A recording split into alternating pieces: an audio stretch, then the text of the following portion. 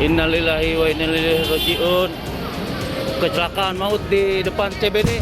Ada suara dari belakang tuh gemuruh gitu. Guduk gitu. Posisi saya tuh keseret tuh dengan motor saya.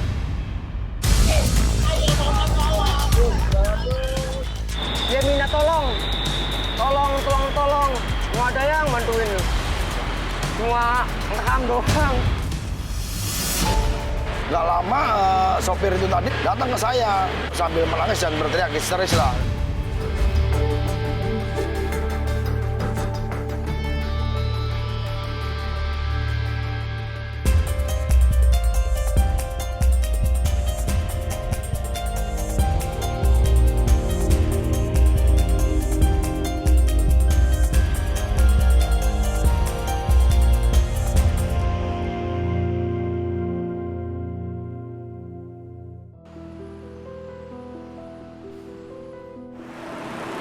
Kecelakaan beruntun yang menyebabkan banyak korban jiwa kembali terjadi. Pertengahan Juni lalu, 10 orang tewas saat truk tangki bermuatan BBM terlibat kecelakaan dengan sejumlah kendaraan lain di Jalan Alternatif Cibubur, Bekasi. Apa penyebab kecelakaan ini? Simak liputan selengkapnya di Target. Innalillahi wa inna ilaihi rajiun. Kecelakaan maut di depan CBD. Inilah kondisi sesaat setelah kecelakaan maut di Jalan Alternatif Cibubur pada 18 Juli lalu. Banyak korban tewas di tempat kejadian akibat truk tangki yang menabrak sejumlah kendaraan di depannya. Tak ada yang menyangka, di antara sejumlah korban, masih ada yang selamat. Firas Firdaus sempat berteriak minta tolong lantaran terjepit di antara bemper depan truk dan motornya. Akhir Juli lalu, tim Target menemui penyintas tersebut di daerah Cibinong, Bogor, Jawa Barat. Firas bercerita kepada kami, kejadian yang menimpanya begitu cepat, hingga ia tak sempat menghindar. Pulang kerja jam 3:30 tuh di TKP. Posisi memang itu lagi lampu merah, agak padat, banyak kendaraan. Tuh ada suara dari belakang tuh gemuruh gitu. Guduk gitu. Nggak sempet lihat spion, langsung posisi saya tuh keseret tuh di stang motor gitu, keseret hampir beberapa meter lah gitu. Pokoknya jauh lah gitu, sampai akhirnya berhenti. Nah setelah saya lihat, nengok, lah truk Pertamina gitu. Udah inilah istilahnya, ingin berdiri. Tiba-tiba kaki saya kejepit nih. Kejepit motor dan bawah bemper truk. Bapak satu anak ini seketika lega lantaran masih ada yang segera menolongnya di saat warga lain sibuk merekam video menggunakan HP. Saya kan teriak minta tolong sampai buka helm saya dengan kencang. Sebelum Mas Ironman menolong tuh saya ngerasa divideoin begitu, belum ada yang menolong yang orang-orang di situ gitu. Ya alhamdulillah setelah Mas Ironman, Mas Puranto itu langsung menolong, langsung masyarakat sekitar ikut membantu gitu. Lelaki 28 tahun ini menderita luka pada kaki kanannya. Ia sangat bersyukur selamat dari kecelakaan. Ya ini luka kaki sebelah kanan karena yang efek terjepit itu ya mungkin karena keseret aspal beberapa meter, masih luka lecet baret, masih pemulihan alhamdulillah. Tadinya bengkak semua tuh di sini, masih sempat gak bisa jalan. Akibat kecelakaan maut tersebut, 10 orang tewas dan 7 lainnya mengalami luka berat dan ringan. Kejadian ini bermula saat truk pengangkut BBM melaju dari arah Cibubur menuju Cilengsi, Bogor. Begitu melewati jalanan menurun, sekira 200 meter sebelum lampu merah perumahan Cibubur CBD, truk kehilangan kendali, lalu menyeruduk sejumlah kendaraan yang sedang berhenti di lampu merah. Jadi ini tadi jam 15.30 kurang lebih ya, jadi kecelakaan antara kendaraan angkutan bahan bakar dengan beberapa sepeda motor dan 2 roda 4. Polisi yang menduga truk BBM mengalami remblong awalnya menetapkan 2 orang tersangka dalam kasus ini, yakni supir truk dan kernet. Namun belakangan, Dirlantas Polda Metro Jaya hanya menetapkan supir truk sebagai tersangka. Guna mengetahui kondisi terkini, kami mendatangi TKP beberapa hari usai kejadian. Pecahan kaca kendaraan masih berserakan di trotoar. Beberapa karangan bunga berisi ucapan bela sungkawa dan desakan untuk menutup lampu merah terpasang di lokasi kecelakaan. Tepat seminggu lalu dan di jam yang sama, kecelakaan beruntun yang melibatkan truk tangki bermuatan BBM dan sejumlah kendaraan terjadi di tempat ini. Kontur jalanan di tempat ini menurun dan ramai dilalui pengendara. Untuk mengetahui informasi lebih lengkap tentang kecelakaan tersebut, kami akan menemui sejumlah saksi mata. Kami bertemu Kunto, saksi mata yang bekerja sebagai petugas keamanan pada sebuah dealer mobil. Pos tempatnya bertugas hanya berjarak sekitar 10 meter dari TKP. Posisi saya sedang jaga, saya lihat dari pos, kok truk ini kok kayak nggak ada pengeremannya gitu. Nah, terus tiba-tiba truk itu langsung nabrak lah mobil bagian belakang sebelah kiri itu, langsung dia ngebuang kiri truk BBM-nya, langsung kena kendaraan bermotor roda 2 sama mobil bis marinir dengan angkutan umum. Pas berhenti itu saya lihat di belakang truk itu ada anak kecil. Saya lihat anak itu dengan posisi berdiri dengan luka kepala di keningnya. Akhirnya saya lari, saya gendong anaknya. Saya gendong, saya bawa ke kantor saya. Kunto juga mengamankan supir truk. Ia mengaku supir truk tersebut mendatangi sesaat setelah kejadian. Nggak lama sopir itu tadi datang ke saya, minta tolong untuk segera dibawa ke pihak kepolisian. Nah, dia sambil menangis dan berteriak histeris lah, dia bilang, rem saya blong Pak. Dia juga sempat menceritakan bahwa dia tuh remnya ngeblong gitu ke saya. Saya bilang sama dia, udah tarik napas dulu, istighfar dulu, saya bilang gitu. Nah, setelah kondisi sopir udah agak mulai tenang, langsung saya bawa ke pos, saya amankan, saya kunci. Kami bersama saksi lainnya yang turut membantu korban kecelakaan. Dia adalah Kurwanto, pengamen Iron Man yang biasa mangkal di sekitar TKP, yang menolong salah satu korban selamat, Firas Firdaus. Posisi korban ada di depan bemper mobil Pertamina, Mas. Kesenjat sama motor sama mobil itu. Sini. Persis banget di sini. Dia minta tolong. Tolong. Mau ada yang bantuin. Cuma ngerekam doang. Langsung saya lari dari sana lari sini. Saya tenangin, baru saya angkat nggak kuat, baru saya minta tolong orang-orang dia. Datang orang waskita satu, bawa linggis, disongkel, pakai linggis, baru dah itu gulungin semua, pada bantuin. Banyaknya korban jiwa akibat kecelakaan lalu lintas di Cibubur membuat kita mengelus dada. Kejadian ini memantik pertanyaan, mengapa tabrakan beruntun yang melibatkan truk masih saja terulang? Karena di situ ada lampu merah sehingga terjadi penumpukan, ya menambah banyaknya fatalitas di situ. Kecelakaan maut di depan CBD. Tabrakan beruntun di Cibubur menyedot perhatian publik. Kasus ini seakan mengulang peristiwa yang sama di Balikpapan. 21 Januari lalu, sebuah truk mengangkut 20 ton kapur penjernih air menghantam sejumlah kendaraan yang berhenti di lampu merah Simpang Muara Rapak, Balikpapan, Kalimantan Timur. Lampu lalu lintas berada tepat di ujung turunan. Akibat kecelakaan tersebut, 4 orang tewas dan 14 lainnya luka-luka. Hasil investigasi KNKT menunjukkan kecelakaan disebabkan faktor manusia, yakni kegagalan pengemudi mengantisipasi kondisi jalan yang menurun panjang. Guna memperoleh informasi akurat tentang penyebab tabrakan truk BBM di Cibubur, tim target mendatangi Komite Nasional Keselamatan Transportasi atau KNKT.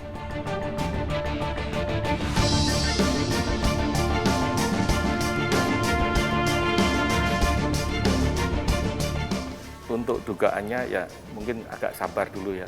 Kita lagi menyelesaikan laporannya dan kita melakukan beberapa testing di komponen-komponen truk yang mengalami kecelakaan. Karena truknya sudah mengalami kerusakan, terpaksa komponennya kita lepas dari truk tersebut, kita pasang di truk yang masih abu-abu yang tipenya sama, kita sehingga bisa melihat apakah komponen tersebut berkontribusi menyebabkan remblong apa tidak. Jadi kita tidak bisa menduga-duga. Investigasi ini atau investigasi report itu adalah sifatnya ilmiah, saintifik. Jadi harus bisa dibuktikan secara keilmiahannya.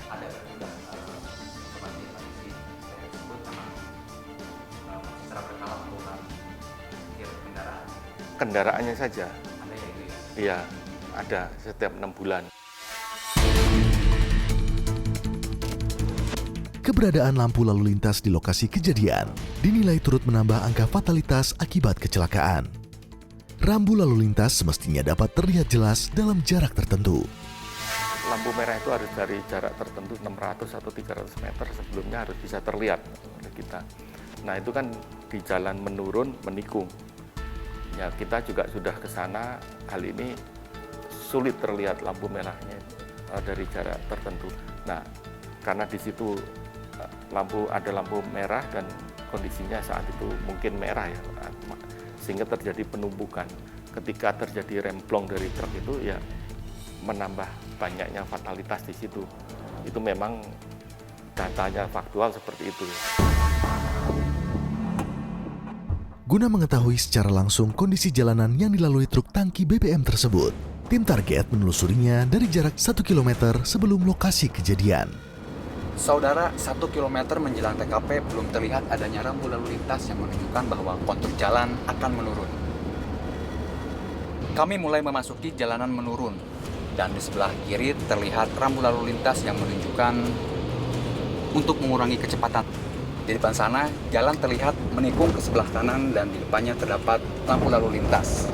Hasil pengamatan kami, jarak pandang keberadaan lampu lalu lintas tergolong pendek, hanya sekitar 200 meter. Lampu lalu lintas yang berada di ujung turunan jalan baru terlihat setelah kami memasuki jalanan yang mulai menurun. Akibat kecelakaan di jalan alternatif Cibubur atau yang dikenal dengan Jalan Transyogi, warganet menyebar petisi melalui situs change.org menuntut agar lampu lalu lintas di lokasi kecelakaan dinonaktifkan. Per 27 Juli lalu, penandatangan mencapai lebih dari 40.000 orang. Soal penempatan lampu lalu lintas juga mendapat sorotan dari Organisasi Masyarakat Transportasi Indonesia atau MTI. Pemasangan lampu lalu lintas di jalanan menurun mesti mempertimbangkan jenis kendaraan yang melintas. Harus dilihat dulu kendaraan apa lewat di sana. Lokasi-lokasi yang ada traffic light-nya memang itu kendaraan ringan, itu nggak pernah ada masalah. Kalau menempatkan traffic light itu, tentunya harus ada kajiannya dulu. Ya, ada lalunya, dilihat dulu. Ini kan lampu lalu dipasang baru saja. Artinya apakah selama percobaan itu ada petugas di lapangan? Kecelakaan maut yang melibatkan truk terjadi hampir saban tahun. KNKT menangani sedikitnya 5 kasus tabrakan beruntun yang terjadi sepanjang tahun 2019 hingga Januari 2022. Lokasinya tersebar di sejumlah daerah seperti Jawa Barat, Jawa Timur, Jawa Tengah, Sumatera Barat, dan Kalimantan Timur. TKP kecelakaan beragam, mulai dari trek lurus seperti jalan tol, jalan dengan kontur menurun, hingga jembatan layang. Faktor dominan yang menyebabkan kecelakaan tersebut adalah pengemudi yang ngantuk akibat kelelahan. Masalah terhadap orangnya ya human factor, kelayakan kendaraan, masalah sistem pengeremannya yang mungkin nggak lengkap, terus masalah geometri jalan. Masalah human factor ini menjadi bagian yang paling berkontribusi banyak terhadap kecelakaan-kecelakaan angkutan barang. Tabrakan bisa terjadi kapan dan di mana saja. Apa yang mesti dilakukan pihak terkait agar kecelakaan maut tak terulang lagi? Para pengemudi ini perlu pengambilan keputusan dalam kondisi darurat, perlu kita latihkan.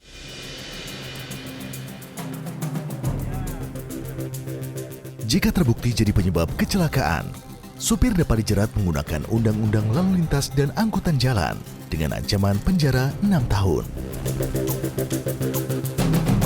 Itu adalah pasal 310 atau kelalaian yang mengakibatkan kecelakaan yang kemudian berakibat pada meninggalnya orang lain. Kalau dalam peristiwa hukum kita harus melihatnya secara menyeluruh. Apakah betul murni dari truk atau dari faktor-faktor lain yang mengakibatkan kecelakaan?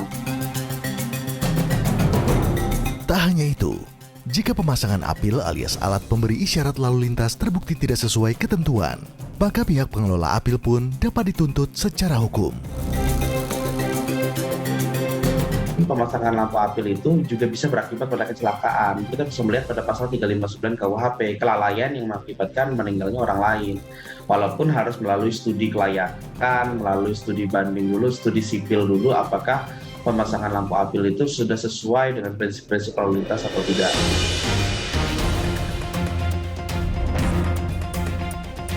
Tabrakan maut di Jalan Trasyogi Cibubur mendorong pihak terkait mengevaluasi rekayasa lalu lintas di sekitar TKP. Salah satu rekomendasinya, menonaktifkan lampu merah di lokasi kecelakaan.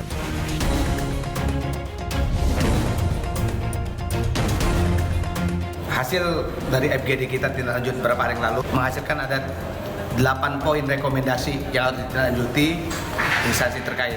Traffic light atau apil, alat pemberi isyarat lalu lintas, dinonaktifkan, diganti dengan lampu kedip-kedip kuning atau warning light.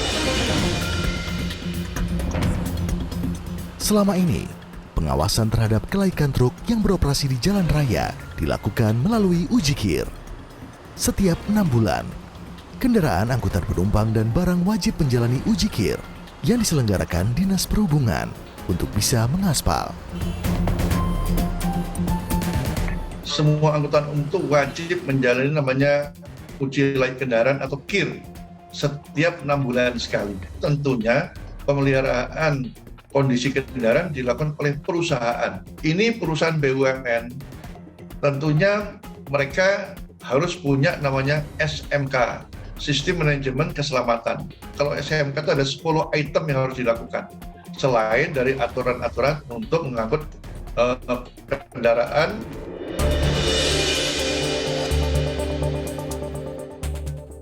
KNKT juga berharap pihak penyelenggara KIR menjamin pengujian kendaraan dilakukan secara ketat dan menerapkan standar tinggi. Kita mengharapkan KIR ini ya tujuannya untuk kelaikan kendaraan, untuk keselamatan. Jadi fasilitasnya juga perlu menjaga sesuai standar yang ditetapkan oleh kementerian. Banyak di tempat-tempat uji KIR alatnya cuma ada 2, ada 3, harusnya ada 12 sampai 13 itu. Tapi tidak lengkap, pengujiannya tidak lengkap, ini yang juga menjadi masalah.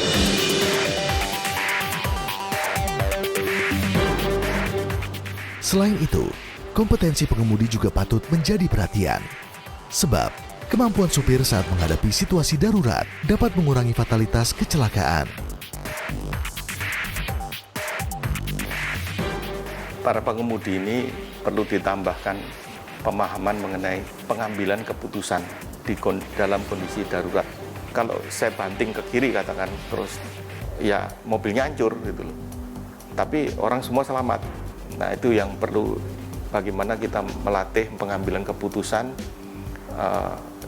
yang terbaik dari kondisi yang ada. Nanti kita rekomendasikan juga untuk dilatihkan, untuk disampaikan kepada pengemudi.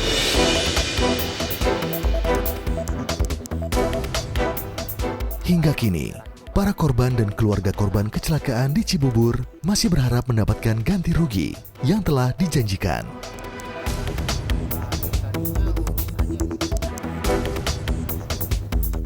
Saya sebagai salah satu korban selamat ya, yang mengharapkan institusi terkait lebih memperhatikan. Bagi saya sebagai korban sampai saat ini belum ada pemberitaan lebih lanjut mengenai perihal tanggung jawab. Saudara, kami menerima pengaduan orang hilang untuk kami publikasikan di program Target Kompas TV setiap Rabu jam 10:30 malam. Kami akan menayangkan setiap informasi orang hilang hanya jika disertai surat keterangan hilang dari kepolisian. Silahkan kirimkan ke email target@kompas.tv.